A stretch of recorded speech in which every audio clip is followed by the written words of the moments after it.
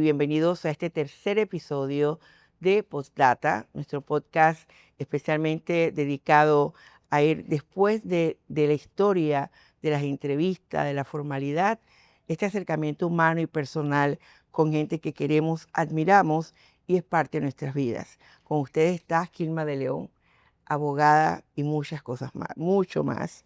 Tenemos que hablar de ella y le he querido invitar por todo el aporte que ha sido su vida a la lucha de los derechos por las mujeres, pero también porque Gilma de León tiene una vida muy, pero muy intensa y muy enriquecida por sus valores, sus creencias y sus actividades. Cada día que suma y lideriza, pues, primero como presidenta de Fundagénero hoy, pero además desde que inició en su vida. Y hoy queremos conocerla. Bienvenida, Gilma. Gracias por estar aquí en nuestro podcast. No, yo te tengo que dar las gracias a ti, porque al permitirme estar tan cerca de ustedes, yo me enriquecí muchísimo con la familia Bloise y con todas las realizaciones de ustedes como familia, cada uno de ustedes. Así es. Hemos aprendido tanto de la vida de familia de ustedes. Y tú has estado en cada momento especial en nuestras vidas. Gilma es Blois honoraria, ella lo sabe. Ha Fíjate, sido parte de nuestras vidas. nos honra. Bueno, así. Y bueno, queremos conocer lo que ha sido tu vida desde, por ejemplo, desde tu niñez. ¿Qué recuerdas, qué figuras marcaron esa vida que tú siempre comentas y te acuerdas de esos flash, de esos escenarios hermosos donde naciste y tu familia especialmente? Bueno, esta mañana estaba casualmente hablando con mi esposo, recordando unas cositas muy interesantes. Por ejemplo, cuando el doctor Arias visitó, mi papá era capataz del Ingenio Santa Rosa. Cuando el doctor Arnulfo Arias visitó en una oportunidad a la familia eh, del Valle, no sé cómo fue, mi papá logró que el doctor Arias fuera a visitar nuestra casa. Y yo salí hablando con él, creo, si acaso tenía 2 años, 2 años y medio, y salí hablando y el doctor Arias se quedó sorprendido y le dice a mi papá, oye, esta es tu hija. Sí, dice, ten mucho cuidado con esa niña, que mire cómo habla. Esa niña va a ser abogada. Opa. En otra oportunidad, este, el doctor Fachito Pereira, también es una persona muy reconocida, llegó a mi casa y mi papá hacía el arte siempre de su hija, de alguna manera.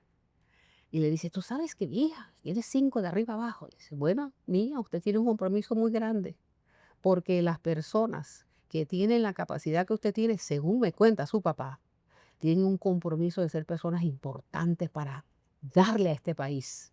Usted tiene un compromiso grande. Así que cuando usted sea grande y yo la encuentre en su vida, usted tiene que decir cuáles son sus realizaciones.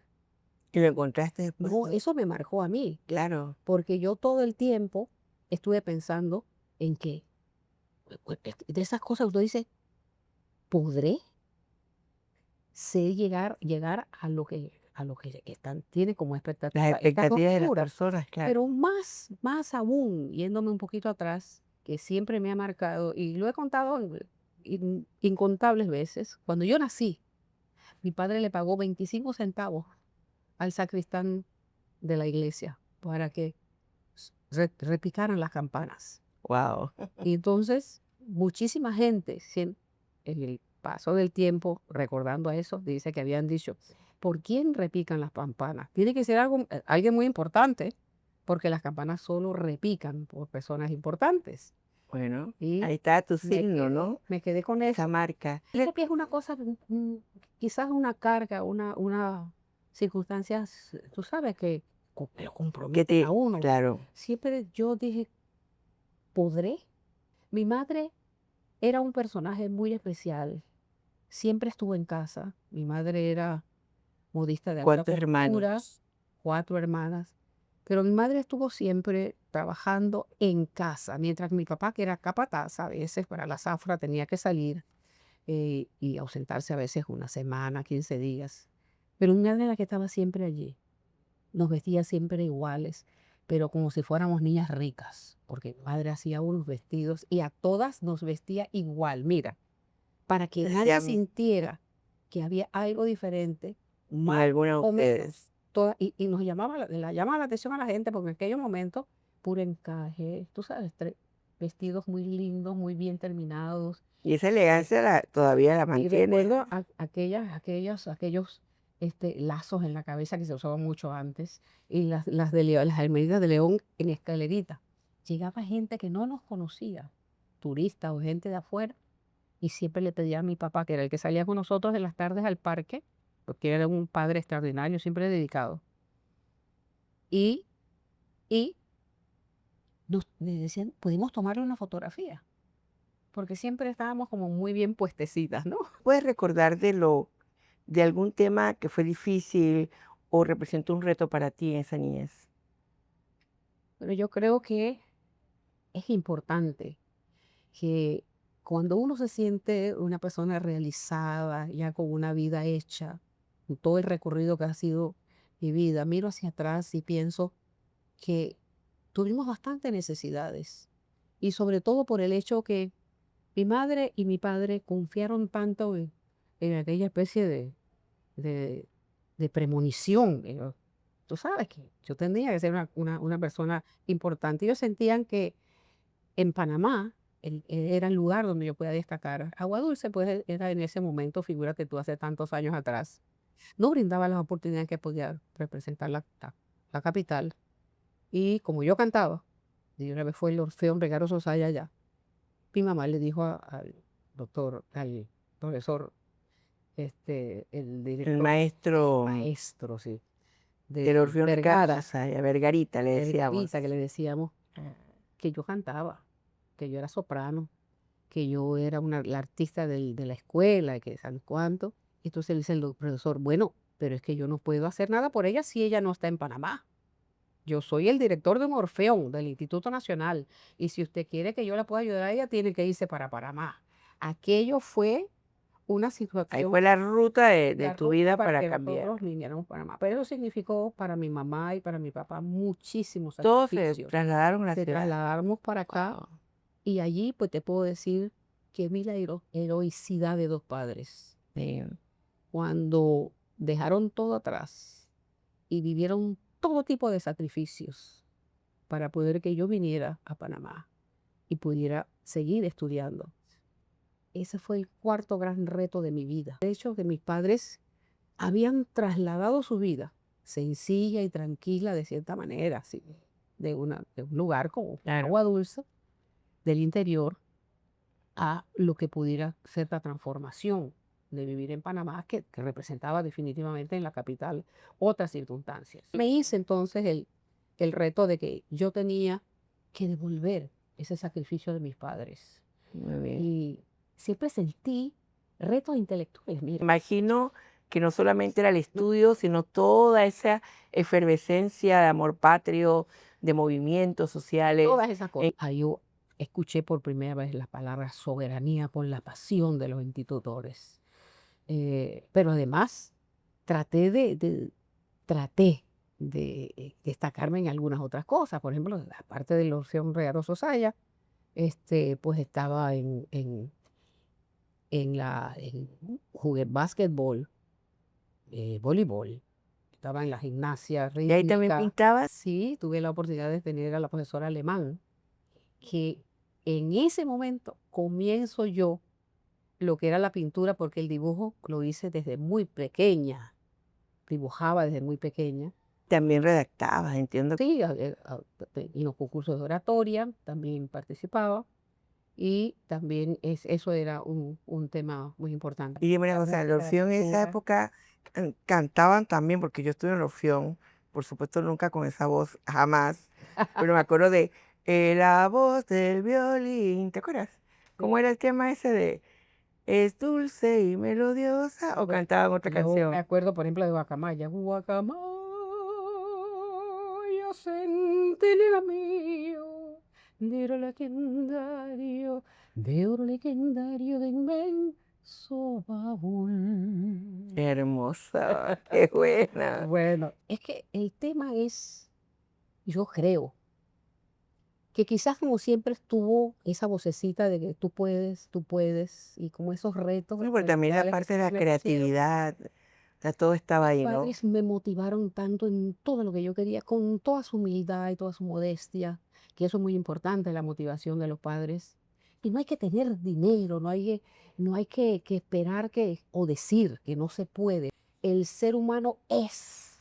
¿Qué dirías tú hoy la diferencia en lo que sucede hoy en nuestra Bueno, sociedad? yo creo que los jóvenes tienen a la mano muchas oportunidades que no aprovechan o que Es aprovechan otra cosa. mal Ya. en otras cosas que en realidad no son para el crecimiento de sus valores, desde ningún punto de vista, y sobre todo el hecho de que el ser humano puede diversificarse tanto. Y nada más es como seguir ese llamado, en donde un ser humano, es que no hay límite para el ser humano cuando el ser humano tiene esa mirada larga de querer hacer tantas cosas.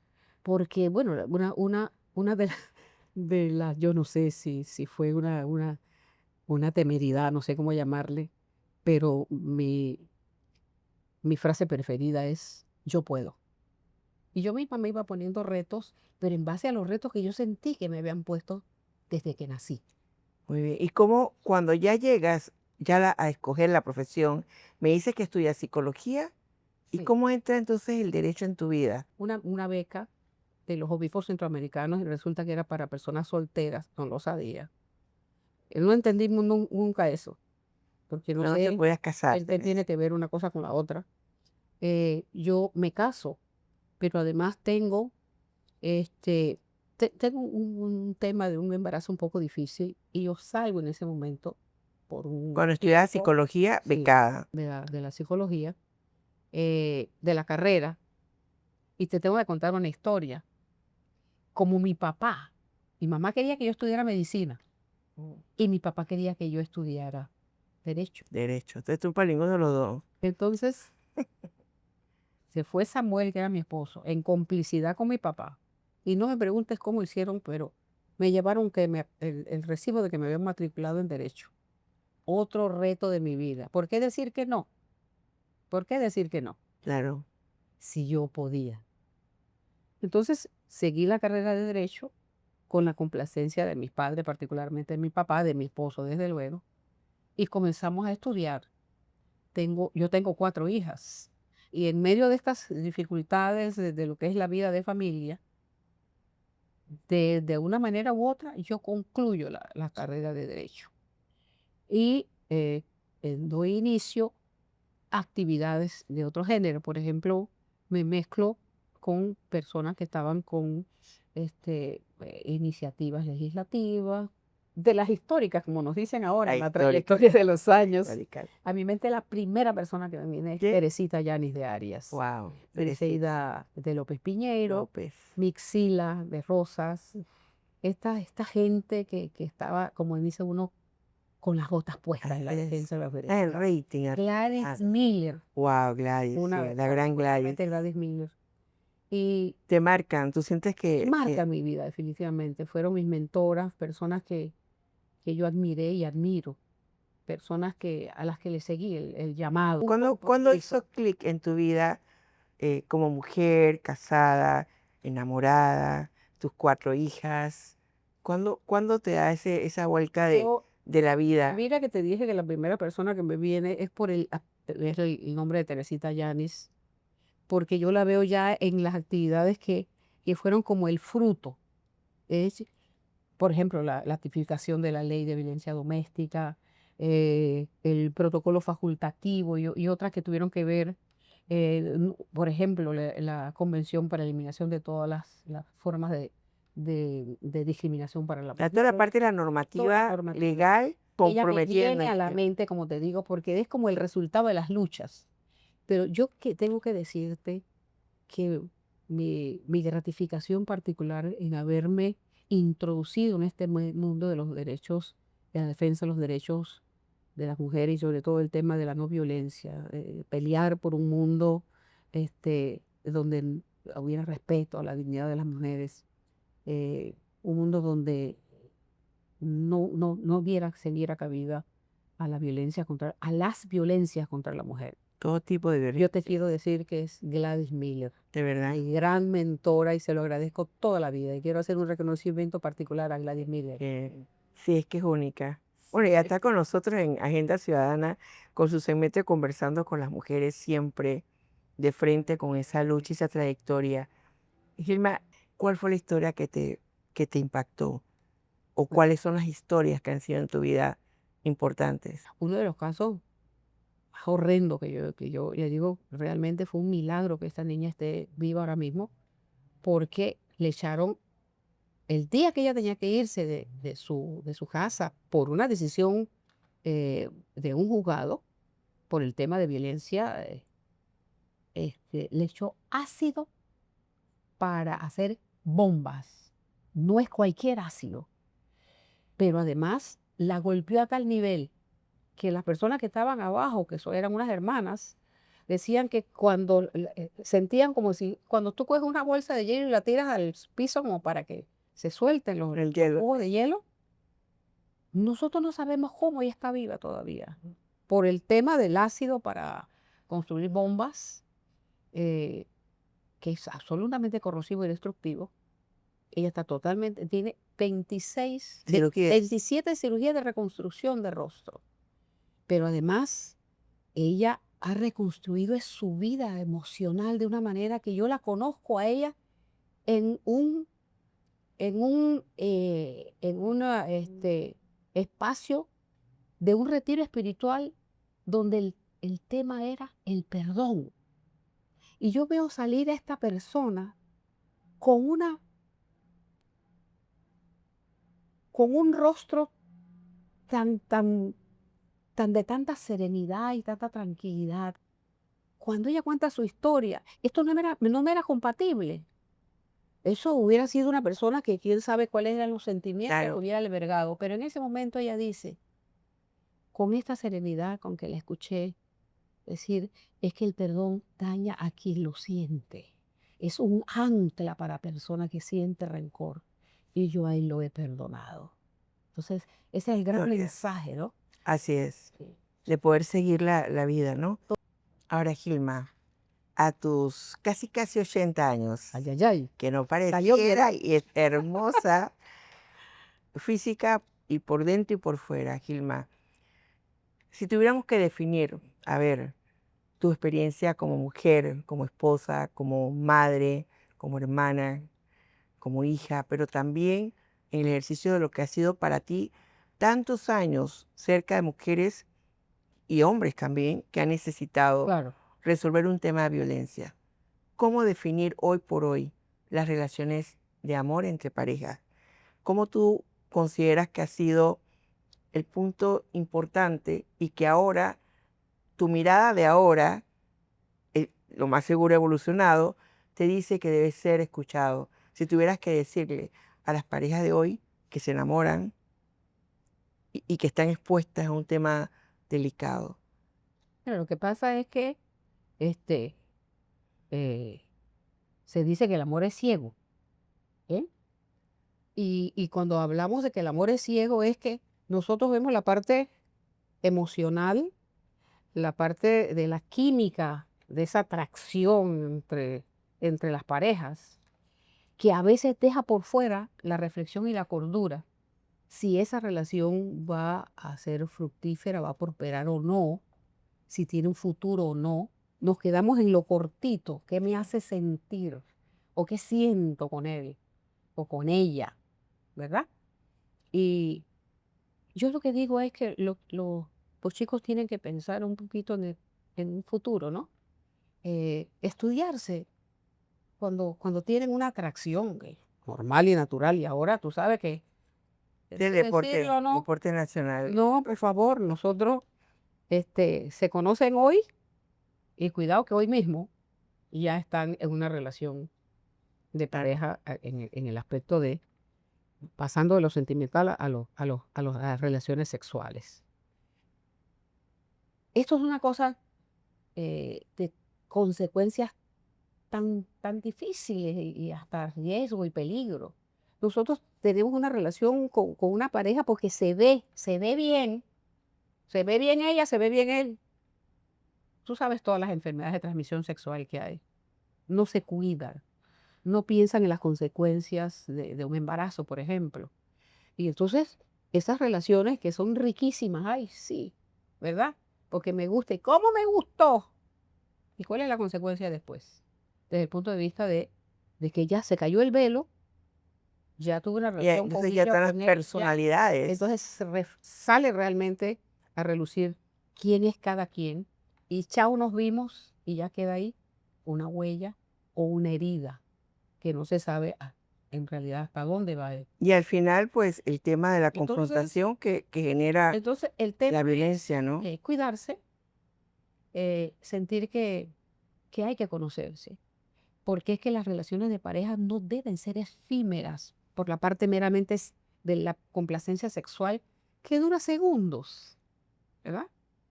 Entonces, nosotros estamos Sí, teniendo unas relaciones eso que no creo nos que dejan nada. en el tema que tú participaste en las guías de Está educación supervisado. Por sexual, ejemplo, nosotros en participamos esas guías, ¿tú crees en, que se refleja pero no las guías que finalmente, así cómo quedó la mezcla? las de mentirita, las guías que fueron consultadas con expertos y que tuvieron la negativa de la Iglesia Católica y de los grupos pro vida, que comenzaron a decir una cantidad de cosas que falseaban la realidad.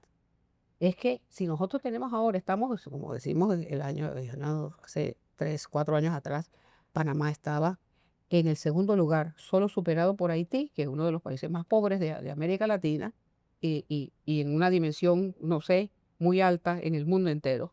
Estábamos superados solo por Haití en la cantidad de jóvenes que estaban embarazadas antes de llegar a su edad adulta. Entonces, es que y eso es una gran preocupación, Claro. porque esos son niños niñas que cargan en sus brazos amamantando a niños. Y va profundizando más el tema de la pobreza y Exactamente. del abandono, de Abandono del la falta de colegio, educación. la deserción, vidas truncadas, porque las oportunidades que pueden dar la escuela, bueno, ahora sí hay módulos, ¿no? ¿Ve? Pero es muy importante, y yo lo vuelvo a decir.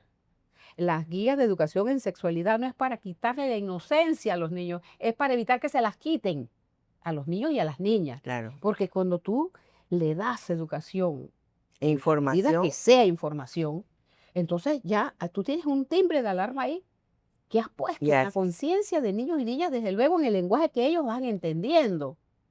Entonces, nosotros nos estamos quejando de el alto índice de delitos contra el poder y la libertad sexual, pero si eso es lo que estamos propiciando, denle las gracias a la iglesia, a las iglesias y a los providas y a toda esa gente que se opuso a que nosotros La verdad, introduciéramos educación en la sexual informada. educación formal, la educación, las guías de educación en sexualidad, denle las gracias a ellos. Y no se estén preguntando por qué está aumentando la cantidad de delitos contra la libertad y el pudor y la libertad sexual. Porque es que los jóvenes están con todas las posibilidades de estar en contacto con información de diversas Equivocada. fuentes, que cómo es procesada entre ellos, y los padres tienen, es que esas guías eran para los padres, Y los para que hijos. los niños pudieran tener la orientación de sus padres. Nosotros hemos dado, tú sabes, en Fundagen hemos dado seminarios Así es. que han incluido la educación en sexualidad, que por cierto la da mi hija, la doctora Elena Quintero, y a veces van los padres, las madres sobre todo, y se nos acercan y nos dicen, he aprendido hoy. Nunca en mi vida, No habían ya hablado. mujeres con 2 y 3 hijos, nunca jamás había aprendido esto que aprendí aquí.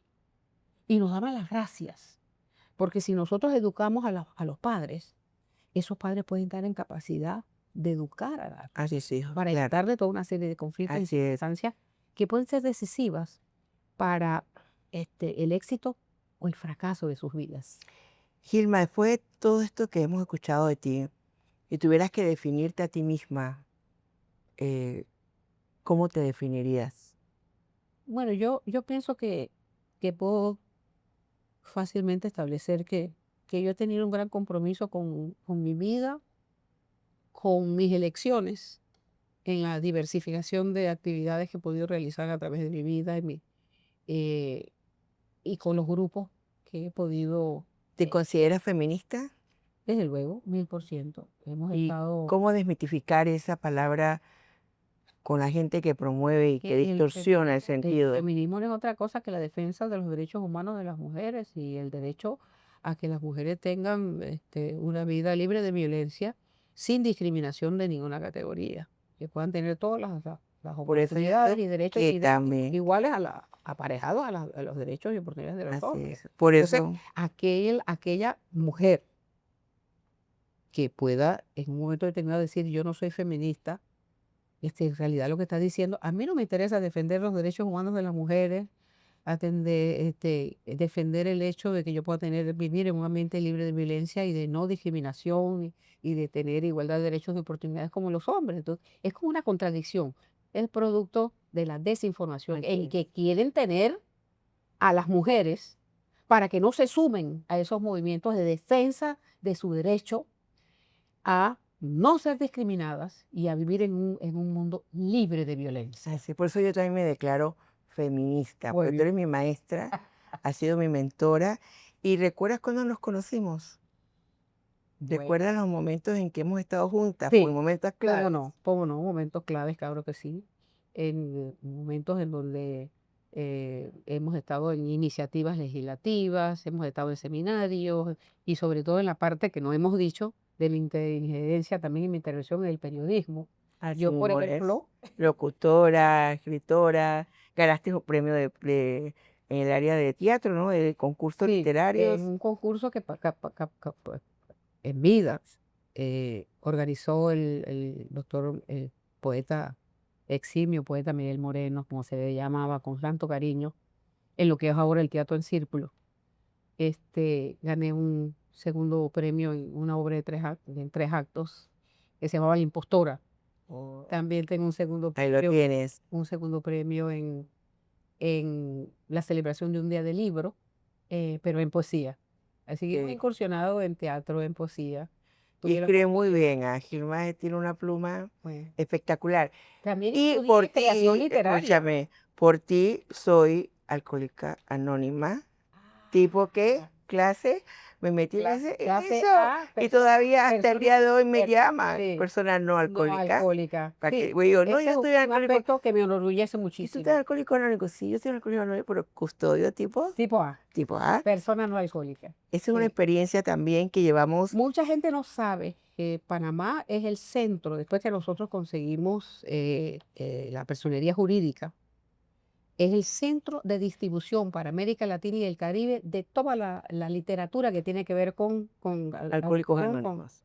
y con la recuperación, con el Todo programa de los 12 pasos solo por hoy. que se utiliza en todas las otras adicciones. Así es. Entonces, es muy importante Excelente en ese grupos. De sentido. verdad que Formamos parte de la directiva, porque ahí la directiva está formada por los custodios clase A, personas no alcohólicas, que somos custodios de que la directiva de los participantes, los miembros B, clase B, son las personas que han probado durante mucho tiempo que están siguiendo el programa, que están en recuperación, pero que ir además superando. han llevado el mensaje para que otras personas que padecen de la enfermedad de la adicción, en este caso el alcoholismo, pudieran liberarse, no de la enfermedad, porque la enfermedad es para el resto de Para la toda la vida, vida. Así es. sino de, Superar eh, cada eh, día, ¿no? sino de estar como adictos en Mantenerse. actividad.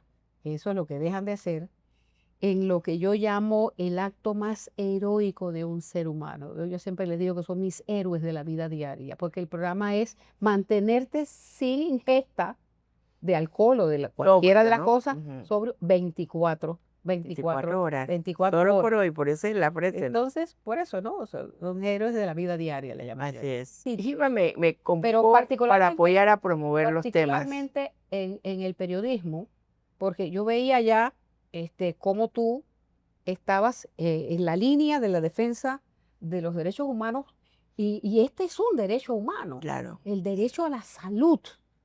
Y eso es un reto personal, así es. porque nadie puede dejar una adicción, cualquiera que ésta sea, si tú no aceptas que tienes un problema Así es. y te comprometes con tu propia vida. Sí. a Y estando vivir en la vida saludable. Telemetro, recuerdo muchas veces casos emblemáticos tremendos que ya hoy por hoy son temas de película que va a estar preparando Señales. ¿Te acuerdas Bueno, esa es la otra cosa. cobertura que se le dio al tema de la chica que le cae el ácido en la cara y que tú estuviste al frente de esa defensa y que hoy por hoy vamos a tener pronto una película Señal. basada en esa historia, Sí, ¿no?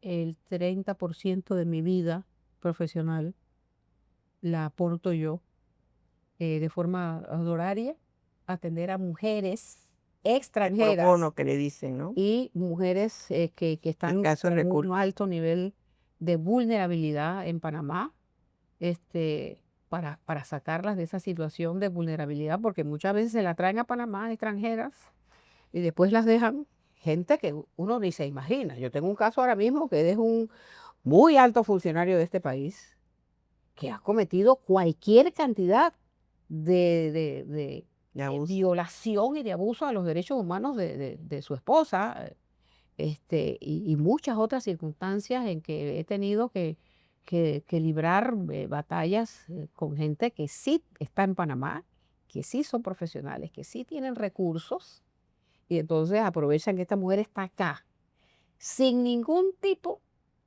de círculo de apoyo emocional y a su merced, porque ellos son los proveedores, y entonces se les cae la careta y comienzan, y entonces ellas me dicen, esa no era la persona que yo conocí cuando estaba en este país, en el otro estudiando, en Rusia, en Italia, en Estados Unidos, en cualquier lugar de Europa, de América Latina, en México, en cualquier lugar.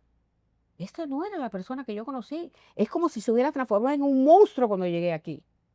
Bueno, Gilma, si tienes alguna pregunta que decirme o algo que decir, como esta Bueno, amistad, esta alianza que hemos tenido toda la vida. tú has sido un modelo para mí también en el ejercicio del periodismo, así como yo te puedo decir que de algo me enorgullezco de haber ejercido el derecho dentro desde ese camino difícil de la ética profesional, no haberme salido jamás de ese camino. En ti he visto realmente una periodista, primero que se ha superado. Tú, yo creo que ya, ¿qué más te falta estudiar? Sí. ¿No? Y el diploma de periodismo y género, ahí estamos Ahora, el en nuestro segundo, importante es que ¿no? tú eres una persona que marca una diferencia, un compromiso con el periodismo ciudadano, vienes de una familia excepcional que aprendí a admirar, don Blas, doña Bárbara, en todas Que sus luchas te por quisieron la mucho también. soberanía, por ese darle a sus hijos los buenos ejemplos de una familia unida, extraordinaria. Eres tu compromiso también con los temas de la mujer, y eso, y el dar y el darte. Si yo he hecho algo por ayudar a las mujeres maltratadas, ¿qué no has hecho tú por darte en el ejercicio del periodismo a lo que no entienden muchos periodistas? Que es el que el periodismo lo que hace es informar, hace es eh, develar lo que realmente quieren ¿Qué hay muchas de, detrás? y sin la paga Te morbosa corresponde, de que si no me pagas, no lo hago. no te pongo en los niveles que, Ay, y no te digo lo que debo decir o no hago lo que debo decir. Y eso también es el ejercicio de periodismo dentro de los caminos de la ética, del compromiso. Y yo te quisiera decir, ¿cómo lo logras? A ver, porque no es fácil hacer así el es, periodismo, hacer como tú lo haces, así es, ¿sí? Porque tienes que vivir de eso también. así es. Pero no hay nadie más diversificado en el mundo del periodismo que tú. Eres docente, tienes tu programa, bueno, y has tenido la oportunidad de estar también ofreciéndonos en Fundagénero. Hemos hecho los seminarios y los diplomados en la universidad, este, porque tú lo has propiciado, porque tú los has organizado, y esto es muy importante. Has tenido también muchos reconocimientos, precisamente por el buen ejercicio de tu carrera como periodista, este, y yo creo que eso hace una diferencia importante. Bueno, bueno, ¿cómo lo hago? La verdad es que ha sido muy difícil, pero no imposible, porque siempre creo que por delante tiene que haber tu convicción ética, como dices tú, una convicción ética y cuidar esa reputación, que nadie pueda cuestionar lo que haces Claro. y un poco seguir tu proyecto de vida, que hay una coincidencia, ¿no? Y estar con gente que te enseña todos los días como tú, a decirnos este es el camino Claro. y lo tenemos que fortalecer. Gracias, Gilma, por habernos dado esta oportunidad maravillosa de estar aquí en este episodio número 3 de nuestro podcast Postdata. Ya ves que detrás de todo lo que hemos podido conversar con Gilma de León, una abogada extraordinaria, con una trayectoria intachable, comprometida con los derechos de las mujeres, que ha tenido que ver ese aporte importante, urgente de la normativa legal y que en la vida, día a día, está al lado de las mujeres que necesitan y los hombres también, porque Sí. sé que ha sido así, de aquellos que sufren la violencia, especialmente se preserva la familia. Gracias, mi querida Gilma. Gracias a ti.